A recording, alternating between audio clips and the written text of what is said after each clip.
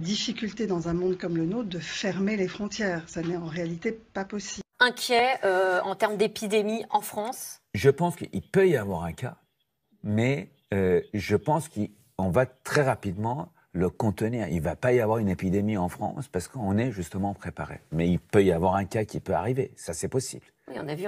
C'est plutôt le moment de faire des bonnes affaires en bourse aujourd'hui. Nous n'avons jamais envisagé la fermeture totale parce qu'elle nous semble contre-productive. Quand vous fermez les écoles de tout un pays, ça signifie que vous paralysez en bonne partie ce pays.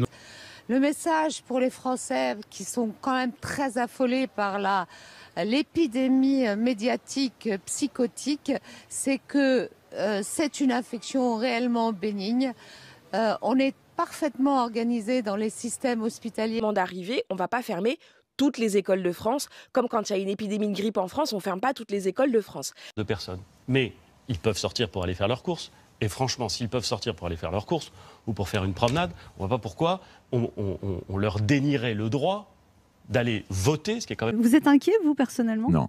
Non seulement je suis absolument pas inquiet.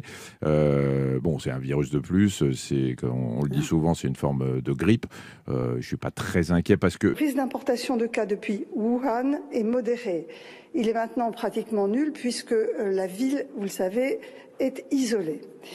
Les risques de cas secondaires autour d'un cas importé sont très faibles et les risques de propagation du virus dans la population sont très faibles. Pas de risque de pénurie de masques? Non, il n'y a pas de risque de pénurie. D'abord, pour les masques dits chirurgicaux, les bleus un peu plissés, en fait, on a des stocks d'État qui ont été réalisés dans des mandatures précédentes, donc ils sont renouvelés, on les a, et on les déstocke progressivement pour s'assurer d'un bon achalandage. Nous devons aujourd'hui éviter deux écueils, mes chers compatriotes.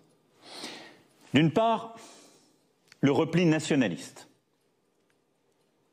Ce virus, il n'a pas de passeport.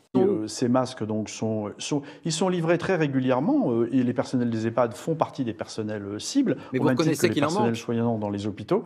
Et le ministre de... Non, je ne reconnais pas qu'il en manque.